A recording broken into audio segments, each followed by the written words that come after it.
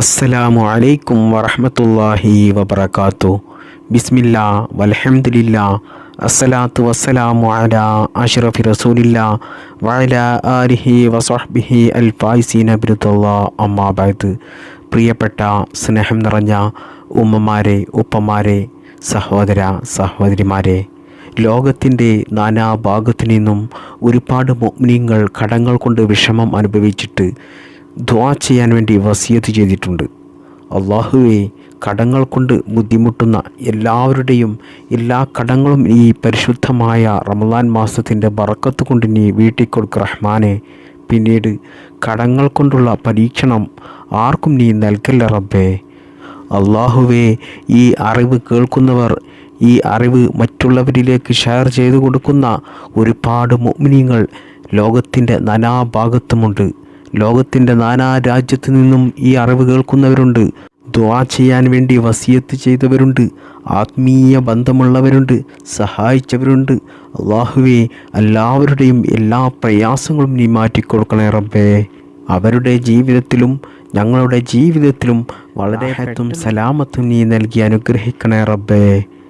അല്ലാഹുവേ, ഈ പരിശുദ്ധമായ റമളാൻ മാസത്തിൽ ഞങ്ങളുടെ എല്ലാ നോമ്പുകളും നിസ്കാരങ്ങളും ദിക്റുകളും സ്വലാത്തുകളും ദുആകളും ഞങ്ങൾ ചെയ്ത എല്ലാ സൽക്കർമ്മങ്ങളും നീ സ്വീകരിക്കണേ റബ്ബേ, കബൂൽ ചെയ്യണേ റബ്ബേ.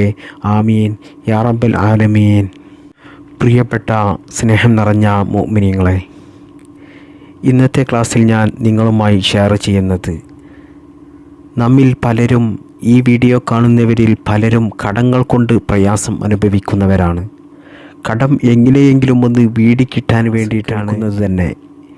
എന്നാൽ ഇന്നത്തെ ക്ലാസ്സിൽ ഞാൻ നിങ്ങൾക്ക് പറഞ്ഞു തരുന്നത്, അധിക സമയം ചിലവഴിക്കാതെ നമുക്ക് എളുപ്പത്തിൽ ചൊല്ലിത്തീർക്കാൻ പറ്റിയ ചെറിയ ഒരു ദിക്റാണ്. ഈ ദിക്ർ നിങ്ങൾ ഈ റമളാൻ മാസത്തിൽ നോമ്പ് തുറന്നതിൻ്റെ ശേഷം മഗ്രിബ് നിസ്കാരം നിസ്കരിച്ചതിൻ്റെ ശേഷം അതേ ഇരുത്തത്തിൽ തന്നെ ഇരുന്നു കൊണ്ട് ദിക്റുകളും ദുആകളും മറ്റ് അദ്കാറുകളും എല്ലാം ചൊല്ലി അവസാനം നിങ്ങൾ ഈ ദിക്ർ വലത് കൈ ഇടത് നെഞ്ചിൽ വെച്ചുകൊണ്ട് 40 പ്രാവശ്യം ചൊല്ലുക. എന്നിട്ട് നിങ്ങൾ അള്ളാഹുവിനോട് ആത്മാർത്ഥമായിട്ട് ദുആ ചെയ്തു കഴിഞ്ഞാൽ ഇൻഷാ അല്ലാഹ് ഉറപ്പാണ്, നിങ്ങളുടെ എത്ര വലിയ കടമാണെങ്കിലും അല്ലാഹു സുബ്ഹാനഹു തആല അത് എളുപ്പത്തിൽ വീട്ടിത്തരും.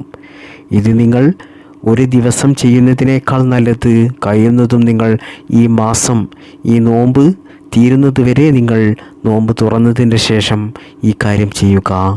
എന്നാൽ അതിന് ഉറപ്പായിട്ടും അല്ലാഹു സുബ്ഹാനഹു തആല നമുക്ക് ഫലം തന്നിരിക്കും. ഒരു ദിവസം ചെയ്താൽ തന്നെ അതിന് ഫലം കിട്ടും. എന്നാലും കഴിയുന്നതും നിങ്ങൾ ഈ പരിശുദ്ധമായ റമളാൻ മാസം തീരുന്നത് വരെ ചെയ്യുക. അല്ലാഹു സുബ്ഹാനഹു തആല അതിന് തൗഫീക്ക് ചെയ്യട്ടെ. ആമീൻ. കടം എന്നുള്ളത് നമുക്കറിയാം, അത് വലിയ ഒരു പ്രയാസമാണ്, വലിയൊരു പ്രതിസന്ധിയാണ്. നമ്മുടെ ജീവിതം തന്നെ നശിപ്പിച്ച് കളയുന്ന ഒന്നാണ് കടം എന്നുള്ളത്. കാരണം ഒരാളുടെ അനുഭവം പറയുകയാണെങ്കിൽ, തിരുവനന്തപുരത്തെ എൻ്റെ അറിവിലുള്ള ഒരു ചെറുപ്പക്കാരൻ്റെ ജീവിതം നശിച്ചു പോയത് ഈ കടം കാരണമാണ്. അവൻ നല്ലൊരു വ്യക്തിയായിരുന്നു. എല്ലാ വക്തും നിസ്കരിക്കാൻ വേണ്ടിയിട്ട് അവൻ പള്ളിയിൽ വരുമായിരുന്നു. മാത്രമല്ല, അവനെ അവൻ്റെ നാട്ടുകാർക്ക് വലിയ ഇഷ്ടമായിരുന്നു, വലിയ സ്നേഹമായിരുന്നു. കാരണം അവൻ ആ നാട്ടിൽ എല്ലാവർക്കും എല്ലാ സഹായങ്ങളും ചെയ്തു കൊടുക്കുന്ന ഒരു മനുഷ്യനായിരുന്നു. മറ്റുള്ളവരുടെ പ്രശ്നങ്ങൾക്കും പ്രയാസങ്ങൾക്കും ഒരു അത്താണിയായിരുന്നു അവൻ. അവൻ ഒരുപാട് കാശുള്ള ആളൊന്നുമല്ല. മറ്റുള്ളവരെ അവൻ ശാരീരികമായിട്ടും മറ്റു രീതിയിലുമൊക്കെ മറ്റുള്ളവർക്ക് എല്ലാ സഹായങ്ങളും ചെയ്തു കൊടുക്കുന്നവനായിരുന്നു അവൻ. അതുകൊണ്ട് തന്നെ അവൻ്റെ സുഹൃത്തുക്കളും അവൻ്റെ നാട്ടുകാരുമൊക്കെ അവരുടെ എല്ലാ പ്രശ്നങ്ങളും അവനുമായിട്ട് ഷെയർ ചെയ്യുമായിരുന്നു. അവൻ്റെ പേര് റിയാസ് എന്നാണ്. അവനെ വീട്ടിലും നാട്ടിലുമൊക്കെ വിളിക്കുന്നത് മറ്റൊരു ഓമന പേരാണ്. ഈ റിയാസിൻ്റെ കൂടെ നടക്കുന്ന, എപ്പോഴും അവൻ്റെ കൂടെ ഉണ്ടാകുന്ന ഒരു സുഹൃത്തുണ്ടായിരുന്നു. മുജീബ് എന്നായിരുന്നു അവൻ്റെ പേര്. ഈ മുജീബ് എന്ന വ്യക്തിക്ക് വീട്ടിൽ ബാപ്പയില്ല. അവൻ തന്നെയാണ് ആ വീട്ടിലെ എല്ലാ ചിലവും നോക്കുന്നത്. അവർക്ക് 4 പെങ്ങന്മാരാണ്. അവരെല്ലാം സ്കൂളിൽ പഠിക്കുന്നവരാണ്.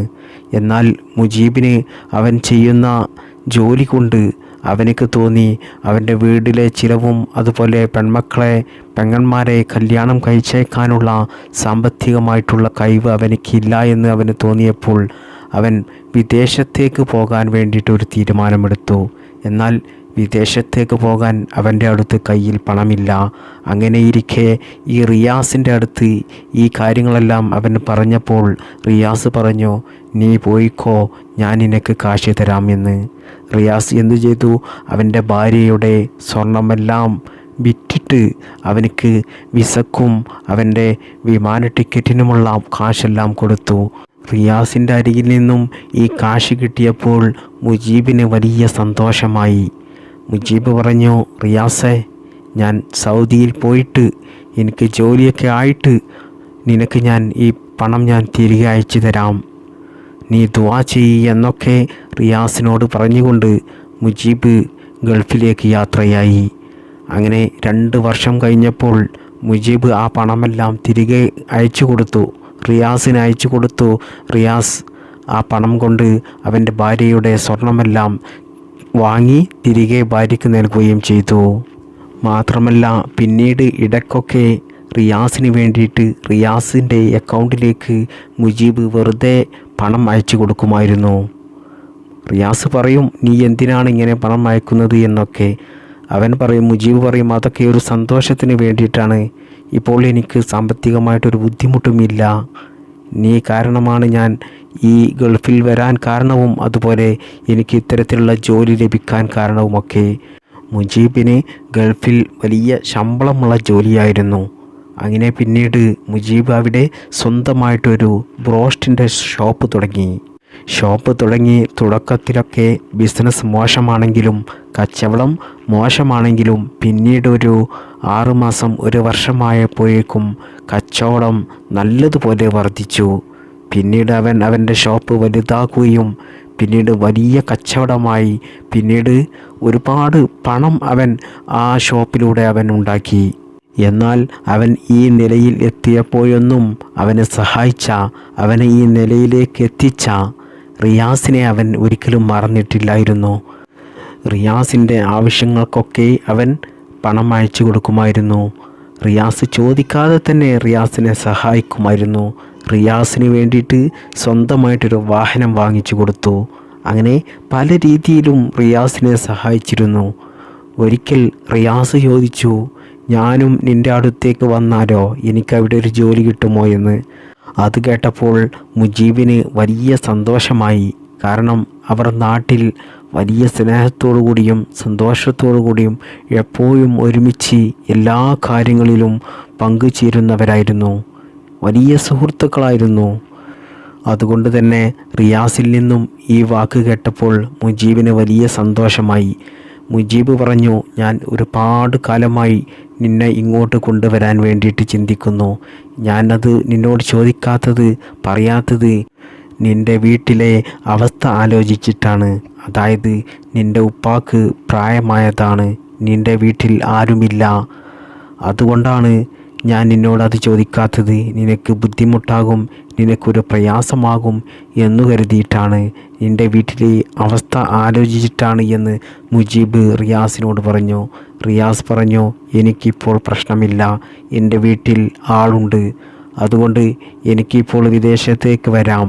എനിക്കിപ്പോൾ ഇവിടെ ജോലിയൊക്കെ മോശമാണ്, എനിക്ക് അവിടെ നിൻ്റെ അടുത്തേക്ക് ജോലി ചെയ്യാൻ വേണ്ടി വരാൻ വലിയ ആഗ്രഹമുണ്ട് നിൻ്റെ കൂടെ എന്നൊക്കെ റിയാസ് പറഞ്ഞു.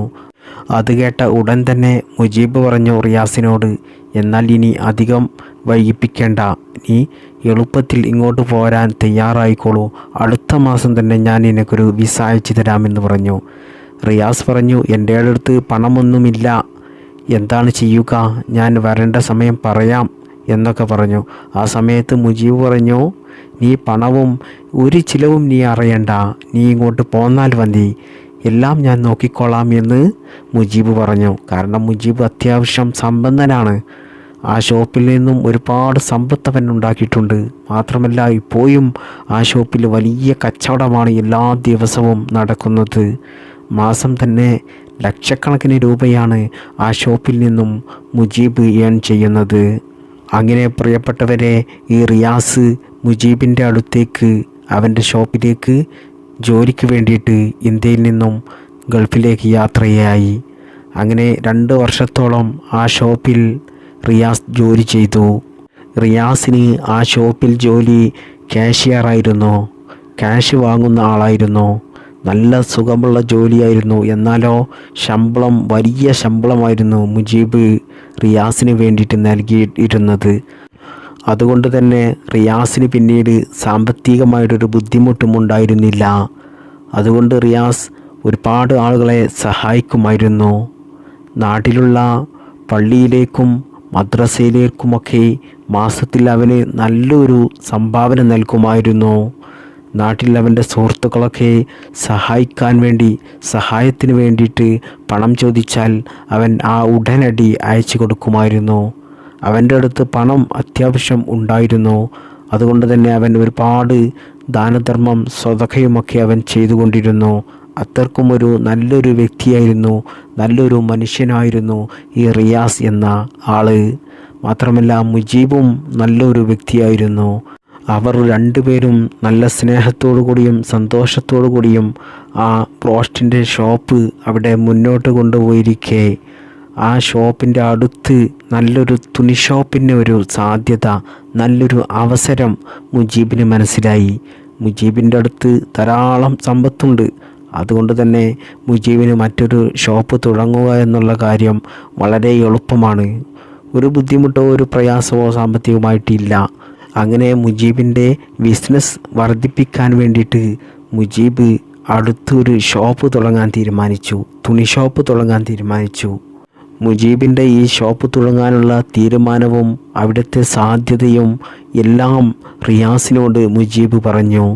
ഇത് കേട്ട റിയാസ് മുജീബിനോട് ചോദിച്ചു, ഞാൻ ചോദിക്കുന്നത് കൊണ്ട് ഒന്നും കരുതരുത്, എനിക്കും ഒരു ചെറിയൊരു അവസരം, ചെറിയൊരു പാർട്ണർഷിപ്പ് തരുമോ എന്ന് റിയാസ് ചോദിച്ചു. റിയാസ് വെറുതെ ചോദിച്ചതായിരുന്നു. റിയാസിനറിയാം മുജീബിൻ്റെ അടുത്ത് തന്നെ ധാരാളം സമ്പത്തുണ്ട്, ധാരാളം പണമുണ്ട്, മുജീബിന് സ്വന്തമായിട്ട് തന്നെ ആ ഷോപ്പ് തുടങ്ങാൻ സാധിക്കും എന്ന് റിയാസിനറിയാം. എന്നിട്ടും റിയാസ് വെറുതെ അങ്ങ് ചോദിച്ചതാണ്. അത് കേട്ട മുജീബ് പറഞ്ഞു, അതെ, നിന്നെയും ഞാൻ ഈ ഷോപ്പിൽ പാർട്ണർഷിപ്പ് കൂട്ടാൻ തീരുമാനിച്ചിട്ടുണ്ട്. നിനക്ക് കഴിയുന്ന ഒരു തുക നീ തന്നാൽ മതി, നമുക്ക് 2 പേർക്കും കൂടി ആ ഷോപ്പ് തുടങ്ങാം എന്ന് മുജീബ് പറഞ്ഞു. ആ തുണി ഷോപ്പ് തുടങ്ങാൻ ഏകദേശം 2 കോടി രൂപയുടെ ചിലവുണ്ട്. എന്നാൽ റിയാസിൻ്റെ അടുത്ത് കൊടുക്കാൻ വെറും 10 ലക്ഷം രൂപ മാത്രമേ ഉള്ളൂ. റിയാസ് കരുതി 10 ലക്ഷം രൂപ കൊടുത്താലും എന്നെ മുജീബ് ആ ബിസിനസ്സിൽ ചേർക്കുമെന്ന്. എന്നാൽ എൻ്റെ ഒരു മര്യാദയ്ക്ക് ഒരു 50 ലക്ഷമെങ്കിലും കൊടുക്കണ്ടേ എന്ന് റിയാസിന് തോന്നുകയും റിയാസ് പിന്നീട് ആ പണം കൊടുക്കാൻ വേണ്ടിയിട്ട് റിയാസിൻ്റെ സ്വന്തം വീടിൻ്റെ ആധാരം പണയത്തിൽ വെക്കുകയായിരുന്നു ചെയ്തത്. റിയാസ് താമസിക്കുന്ന വീടും സ്ഥലവും റിയാസിൻ്റെ പേരിലല്ല, അത് ഉപ്പയുടെ പേരിലാണ്, ഉപ്പയുടെ സ്വത്താണ്. എന്നാൽ റിയാസ് പറയുന്നത് എന്തും ഉപ്പ അനുസരിക്കും. കാരണം റിയാസിൽ ഉപ്പയ്ക്ക് അത്രക്കും വിശ്വാസമാണ്. ഉപ്പയ്ക്ക് എന്നല്ല, ആ നാട്ടുകാർക്കും റിയാസിൻ്റെ സ്നേഹിതന്മാർക്കും എല്ലാവർക്കും വലിയ വിശ്വാസമാണ്. അത്രയ്ക്കും നല്ലൊരു സൽസ്വഭാവമുള്ള നല്ലൊരു വ്യക്തിയാണ് റിയാസ്. റിയാസ് കരുതിയത് ഇതാണ്, വീടിൻ്റെ ആധാരം പണയം വെച്ചുകൊണ്ട് 40 ലക്ഷം രൂപ ആ ഷോപ്പ് തുടങ്ങാൻ വേണ്ടി കൊടുത്താൽ ഉറപ്പാണ് അത് വിജയിക്കും. കാരണം മുജീബ് എന്തു തുടങ്ങിയാലും അത് വിജയിക്കലുണ്ട്. മുജീബ് ഒന്നും കാണാതെ ഷോപ്പ് തുടങ്ങില്ല. അതുകൊണ്ട് തന്നെ വീടിൻ്റെ ആധാരം പണയത്തിൽ നിന്നും ചുരുങ്ങിയതൊരു 6 മാസം കൊണ്ടോ 1 വർഷം കൊണ്ടോ എനിക്കത് തിരികെ എടുക്കാൻ സാധിക്കും. കാരണം ഇനി എനിക്കതിൽ നിന്നും ലാഭം അധികം കിട്ടിയിട്ടില്ലെങ്കിലും എനിക്ക് മുജീബിനോട് ചോദിച്ചുകൊണ്ട് കടം വാങ്ങിക്കൊണ്ട് എൻ്റെ ആധാരം തിരികെ എടുക്കാം എന്നൊക്കെ കരുതി സ്വന്തം വീടിൻ്റെ ഉപ്പയുടെ പേരിലുള്ള ആ വീടും പറമ്പും നിൽക്കുന്ന ആധാരം പണയത്തിൽ വെച്ചുകൊണ്ട് 40 ലക്ഷം രൂപ ആ ഷോപ്പ് തുടങ്ങാൻ വേണ്ടിയിട്ട് മുജീബിൻ്റെ കയ്യിൽ റിയാസ് ഏൽപ്പിക്കുകയായിരുന്നു ഉണ്ടായത്. അങ്ങനെ അവർ പ്ലാൻ ചെയ്ത ഷോപ്പ് തുടങ്ങി, തുണിക്കട തുടങ്ങി. വലിയൊരു തുണിക്കടയായിരുന്നു അത്. അവർ തുടങ്ങിയ ആ സ്ഥലത്ത് മറ്റ് തുണി ഷോപ്പുകളൊന്നും തന്നെ ഇല്ല. അതുകൊണ്ട് തന്നെ അവർക്ക് ആ ഷോപ്പിൽ വലിയ കച്ചവടമായിരുന്നു. അങ്ങനെ മുജീബിനും റിയാസിനും വലിയ സന്തോഷമായിരുന്നു. കാരണം ബ്രോസ്റ്റിൻ്റെ ഷോപ്പിൽ നിന്നും ഈ തുണി ഷോപ്പിൽ നിന്നും വലിയ വരുമാനമായിരുന്നു അവർക്ക് മാസം ലഭിച്ചിരുന്നത്. അങ്ങനെ ഏകദേശം ഒരു 6 മാസം കഴിഞ്ഞു പോയാണ് മാഷാ അല്ലാ അള്ളാഹുവിൻ്റെ വലിയ പരീക്ഷണം അവരിൽ രണ്ടുപേരിലും വന്നു തുടങ്ങിയത്. വലിയ ദാരിദ്ര്യത്തിലേക്കും വലിയ പ്രതിസന്ധിയിലേക്കും എത്തുന്നതിൻ്റെ തുടക്കം കുറിച്ചത്. അതായത് സൗദി ഗവൺമെൻറ്റിൻ്റെ ഒരു തീരുമാനം വരികയായിരുന്നു. അവിടെയുള്ള റോഡ് വികസനം, റോഡ് വീതി കൂട്ടണം എന്നുള്ളൊരു തീരുമാനം. അതുകൊണ്ട് തന്നെ ആ ടൗണിലുള്ള ഒരുപാട് ബിൽഡിങ്ങുകൾ പോകുമെന്ന് ഗവൺമെൻറ് അറിയിച്ചിരുന്നു. അവിടെ സർവേക്ക് വന്നപ്പോൾ, അളവിന് വന്നപ്പോൾ ഇവരുടെ 2 ഷോപ്പും പോകുന്ന ഒരു രീതിയിലായിരുന്നു അളവ് വന്നത്. അവരുടെ ബ്രോസ്റ്റിൻ്റെ ഷോപ്പും അതുപോലെ അവരുടെ തുണിക്കടയും രണ്ടും ഒരുമിച്ചായതുകൊണ്ട് തന്നെ ആ 2 കടയും പോകുമെന്ന് ഗവൺമെൻറ് അവരെ അറിയിച്ചു. അങ്ങനെ അധികം വൈകാതെ തന്നെ സൗദി ഗവൺമെൻറ്റല്ലേ, അവരുടെ തീരുമാനങ്ങളൊക്കെ അവർ എളുപ്പത്തിൽ അത് പൂർത്തീകരിക്കും. അങ്ങനെ റോഡ് പണി തുടങ്ങിയപ്പോൾ അവരുടെ 2 ഷോപ്പും പൊളിച്ചു പോകുകയായിരുന്നു ഉണ്ടായത്. അങ്ങനെ നഷ്ടപരിഹാരത്തിന് വേണ്ടിയിട്ട് ഇവർ 2 പേരും കൂടി ഗവൺമെൻറ്റിന് വേണ്ടിയിട്ട് ഒരുപാട് പരാതികളും മറ്റും ചെയ്തിട്ടും അവർക്ക് ഒന്നും കിട്ടിയില്ല. കാരണം അവർ ആ ഷോപ്പ് തുടങ്ങിയ ആ ബിൽഡിംഗ് നിൽക്കുന്നത് അത് ഗവൺമെൻറ്റിൻ്റെ സ്ഥലത്താണ്. അവർ ഷോപ്പ് തുടങ്ങിയ ആ ബിൽഡിംഗ് ഓണറുടെ ഉപ്പ വർഷങ്ങൾക്ക് മുമ്പ് അവിടെ ബിൽഡിംഗ് പണിയതായിരുന്നു. അന്ന് സർക്കാരിൻ്റെ നിയമമൊന്നും അത്രയും പുരോഗമിക്കാത്തൊരു കാലമായിരുന്നു അത്. അന്ന് എടുത്ത ബിൽഡിംഗ് ആയിരുന്നു അത്. അതുകൊണ്ട് തന്നെ ഇവർക്ക് 2 പേർക്കും അവരുടെ നഷ്ടപരിഹാരം ഗവൺമെൻറ് കൊടുത്തില്ല. അതോടുകൂടി അവർ ദാരിദ്ര്യത്തിൻ്റെ അടിത്തട്ടിലേക്ക് പോവുകയായിരുന്നു. മുജീബിൻ്റെ അടുത്ത് ധാരാളം സമ്പത്തുണ്ടായിരുന്നു, ധാരാളം പണമുണ്ടായിരുന്നു. എന്നാൽ അതൊക്കെയും ഈ ഷോപ്പ് തുടങ്ങാൻ വേണ്ടിയിട്ട് അവൻ ഇതിലേക്ക് ഇറക്കിയതായിരുന്നു. മാത്രമല്ല റിയാസ് ആണെങ്കിലോ വീടിൻ്റെ ആധാരം പണയത്തിൽ വെച്ചുകൊണ്ടാണ് ഈ ഷോപ്പ് തുടങ്ങിയത്. മാഷാ അല്ലാ, അവിടെ തൊട്ട് അവർക്ക് പിന്നീട് പ്രതിസന്ധികൾ കടന്നു വരികയായിരുന്നു. പിന്നീട് അവർ സൗദിയിൽ ജോലികൾ ചെയ്തു. എന്നാൽ ജോലി ചെയ്തിട്ടൊന്നും അവർക്ക് അവരുടെ കടങ്ങൾ വീട്ടാൻ സാധിക്കുന്നില്ല. മാസാമാസം 10,000 രൂപയാണ് ബാങ്കിൽ ലോണിൻ്റെ അടവ് റിയാസിന് അടക്കാനുള്ളത്. വീട്ടിലെ ചിലവ് നോക്കണം, മറ്റു കാര്യങ്ങൾ നോക്കണം. എല്ലാം നോക്കി വരുമ്പോൾ അവനിക്ക് ബാങ്കിലെ ലോൺ അടക്കാൻ അവൻ ചെയ്യുന്ന ജോലിയുടെ പണം തികയുന്നില്ല. അങ്ങനെ അവൻ ആകെ ബുദ്ധിമുട്ടിലായി, പ്രയാസത്തിലായി. മാസത്തിൽ ബാങ്കിലെ അടവ് കറക്റ്റ് അടക്കാത്തത് കൊണ്ട് തന്നെ പലിശ അധികരിച്ചു. ലോൺ എടുത്തതിനേക്കാൾ ഇരട്ടി പിന്നീട് അടയ്ക്കേണ്ട അവസ്ഥയായി. 40 ലക്ഷം എടുത്തത് 90 ലക്ഷത്തിൻ്റെ മേലെ അടയ്ക്കേണ്ട ഒരു അവസ്ഥയിലേക്ക് എത്തി. അങ്ങനെ അവൻ ആകെ പരിഭ്രാന്തനായി, വലിയ വിഷമമായി. വിഷമം സഹിക്കവയ്യാതെ പ്രിയപ്പെട്ടവരെ, ചെറിയൊരു സമാധാനത്തിന് വേണ്ടിയിട്ട് റിയാസ് പിന്നെ ചെറിയ രീതിയിൽ ലഹരി അടിക്കൽ തുടങ്ങി. പിന്നീട് അവൻ ലഹരിക്കടിമയായി, വലിയ ലഹരിക്കടിമയായി. അത്രയും നല്ലൊരു മനുഷ്യനായിരുന്നു അവൻ.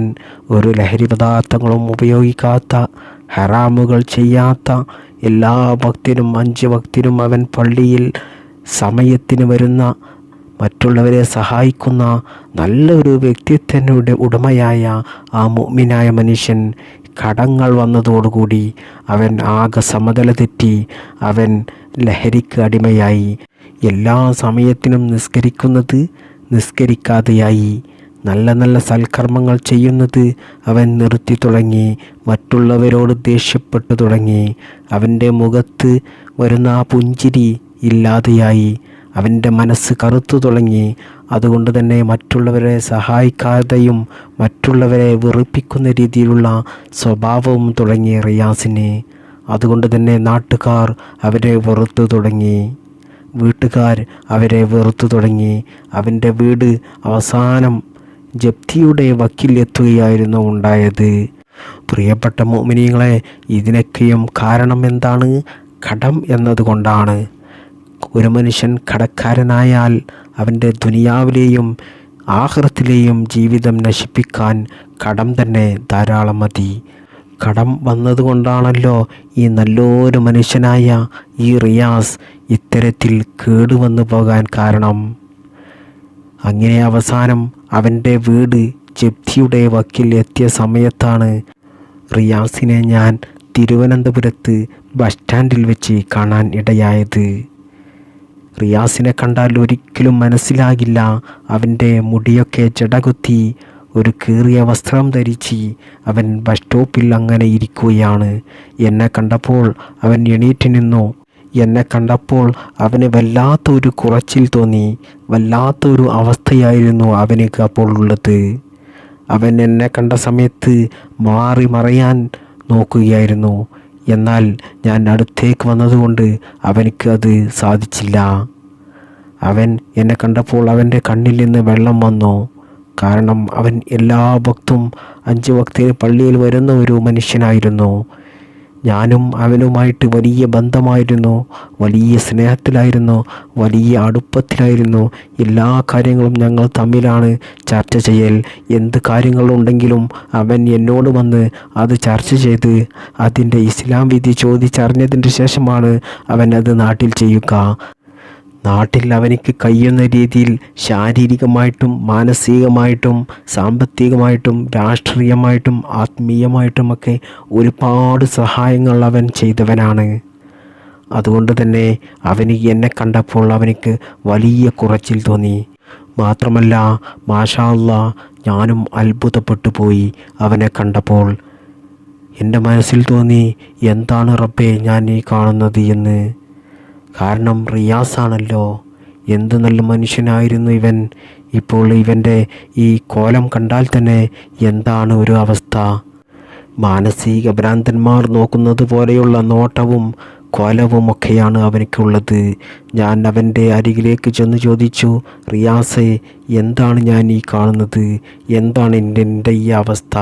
എന്താണ് എൻ്റെ പ്രശ്നം? പറയൂ റിയാസേ എന്ന് ചോദിച്ചു. റിയാസ് കരഞ്ഞുകൊണ്ട് എന്നോട് പറഞ്ഞു, ഉസ്താദേ, ഞാൻ വലിയ പ്രയാസത്തിലാണ്, ദാരിദ്ര്യത്തിലാണ്, വിഷമത്തിലാണ്.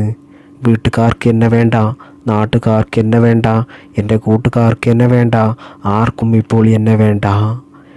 എൻ്റെ വീട് ജപ്തിയുടെ വക്കിലാണ്. എൻ്റെ വീടിൻ്റെ ആധാരം പണയത്തിലാണ്.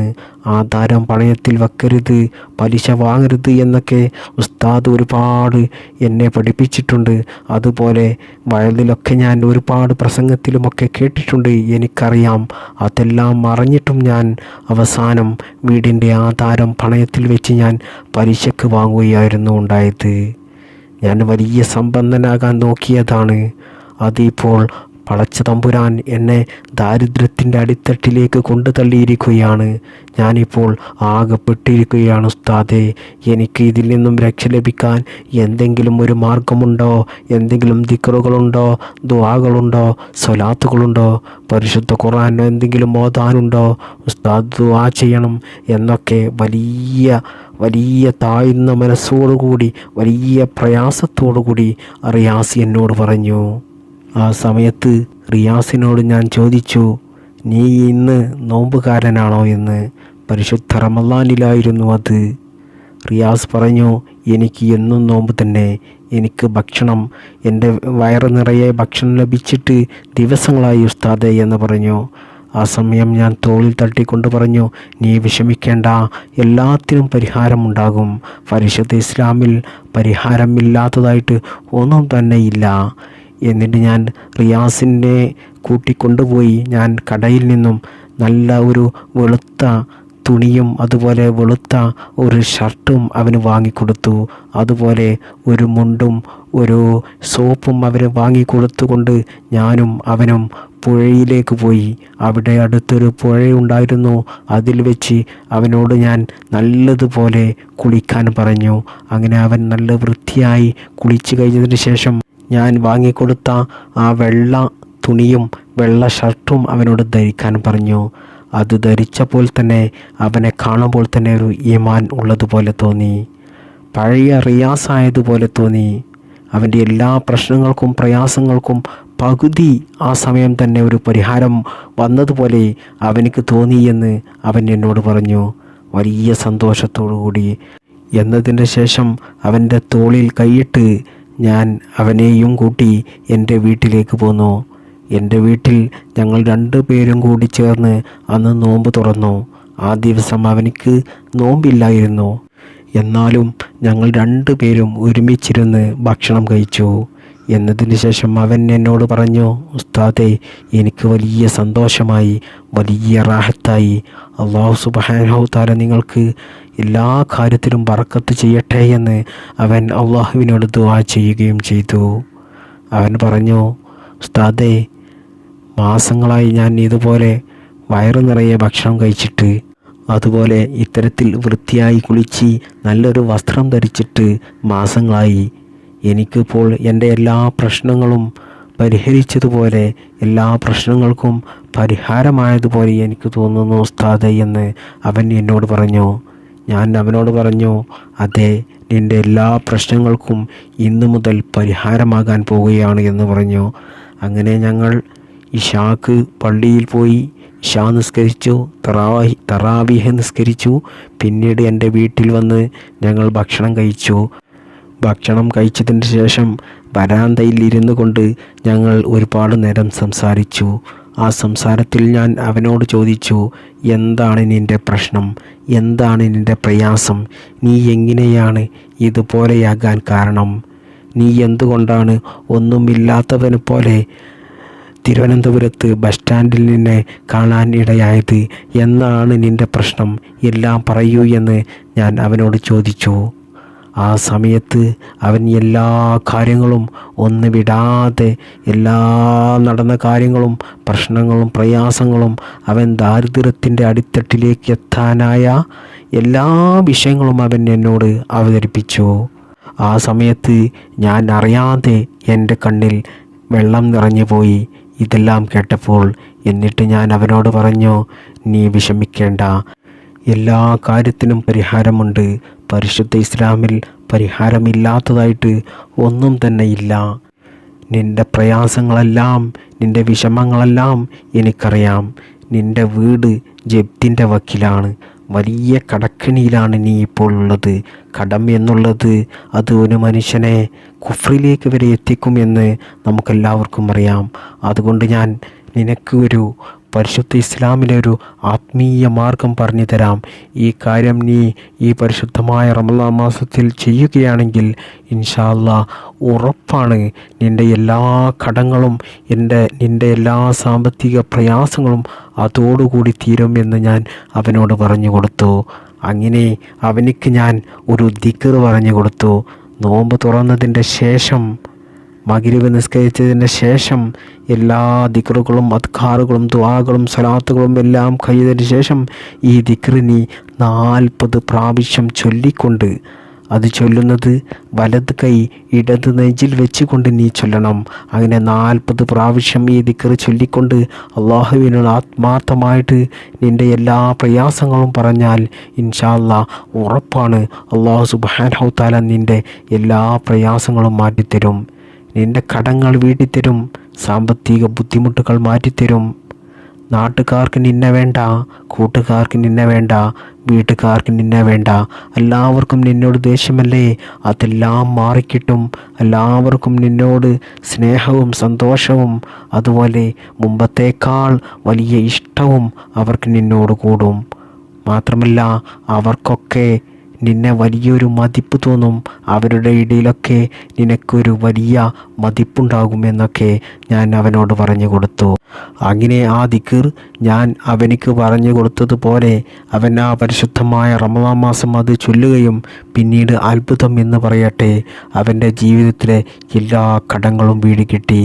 അവൻ്റെ എല്ലാ പ്രശ്നങ്ങളും പ്രയാസങ്ങളും മാറിക്കിട്ടി.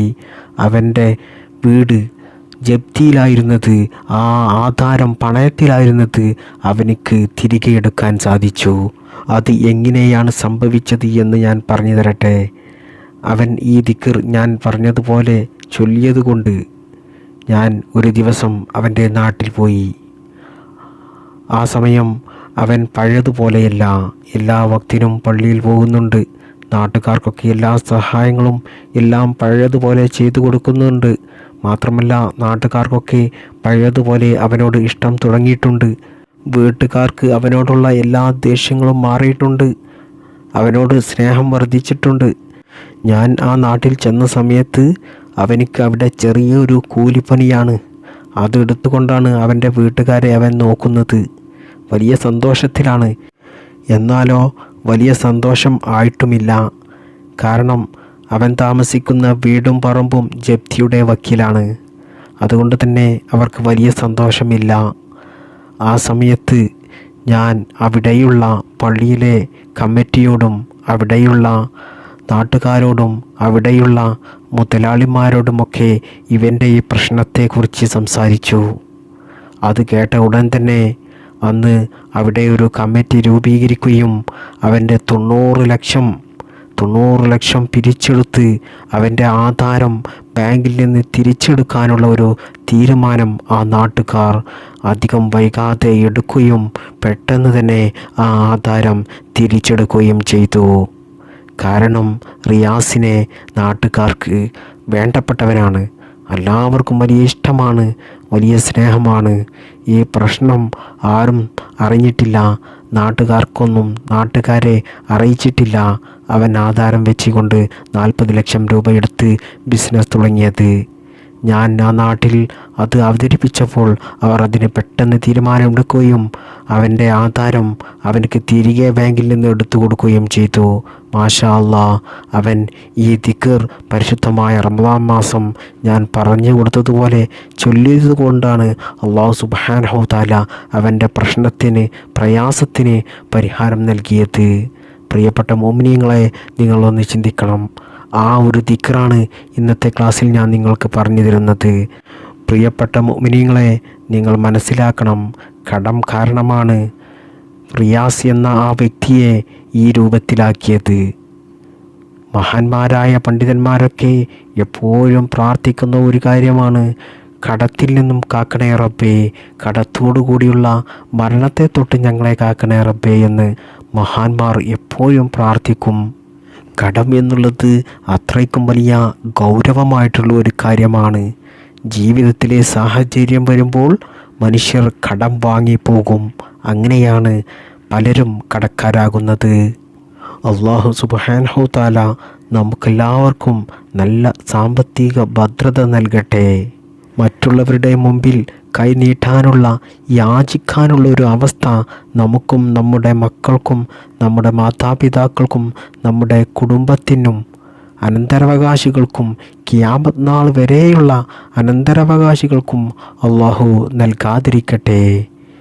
മുത്തുനബി സല്ലല്ലാഹു അലൈഹി വസല്ലമ തങ്ങൾ പഠിപ്പിച്ച ഹദീസുകൾ വിശദീകരിച്ചുകൊണ്ട് മഹാന്മാരായ പണ്ഡിതന്മാർ പറഞ്ഞു, കടങ്ങൾ കൊണ്ട് പ്രയാസം അനുഭവിക്കുന്നവർ, സാമ്പത്തികമായിട്ട് പ്രയാസം അനുഭവിക്കുന്നവർ, ജീവിതത്തിൽ സാമ്പത്തിക ഭദ്രത ആഗ്രഹിക്കുന്നവർ, മഗ്രിബ് നിസ്കാരം നിസ്കരിച്ചതിൻ്റെ ശേഷം അതേ ഇരുത്തത്തിൽ തന്നെ ഇരുന്നു കൊണ്ട് ശേഷമുള്ള ദിക്റുകളും സ്വലാത്തുകളും മറ്റ് അദ്കാറുകളുമെല്ലാം ചൊല്ലിയതിൻ്റെ ശേഷം വലത് കൈ ഇടത് നെഞ്ചിൽ വെച്ചുകൊണ്ട് യാ ഹയ്യു യാ ഖയ്യൂം, യാ ഹയ്യു യാ ഖയ്യൂം, യാ ഹയ്യു യാ ഖയ്യൂം എന്നിങ്ങനെ 40 പ്രാവശ്യം ഒരു മനുഷ്യൻ പറഞ്ഞാൽ അല്ലാഹു സുബ്ഹാനഹു തആല അവൻ എന്ത് ഉദ്ദേശം വെച്ചിട്ടാണോ ആ ഇസ്മ ചൊല്ലിയത്, ആ ഉദ്ദേശം അല്ലാഹു സുബ്ഹാനഹു തആല അവനക്ക് നിറവേറ്റി കൊടുക്കുന്നതാണ്.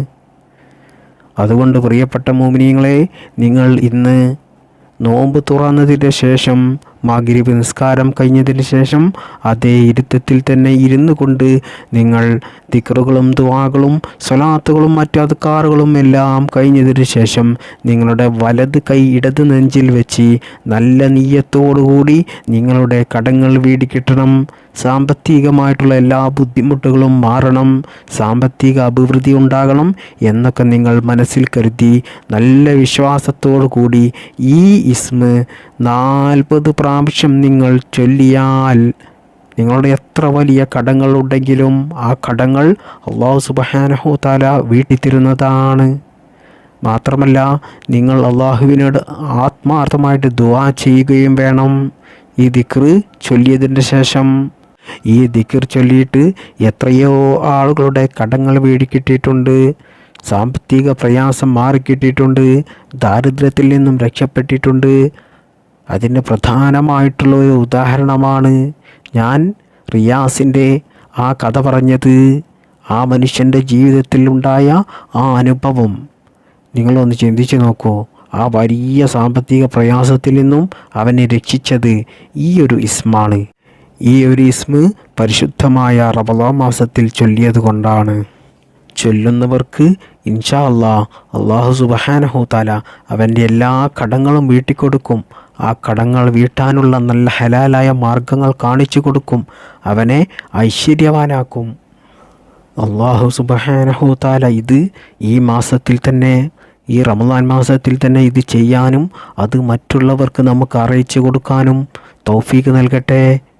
പ്രിയപ്പെട്ടവരെ, ഈ ഒരു അറിവ് നിങ്ങൾ മറ്റുള്ളവർക്ക് അറിയിച്ചു കൊടുത്താൽ ആ അറിവ് പ്രവർത്തിച്ച ആളുകൾക്കും അറിയിച്ചു കൊടുത്ത ആളുകൾക്കും പ്രതിഫലം തുല്യമാണ്.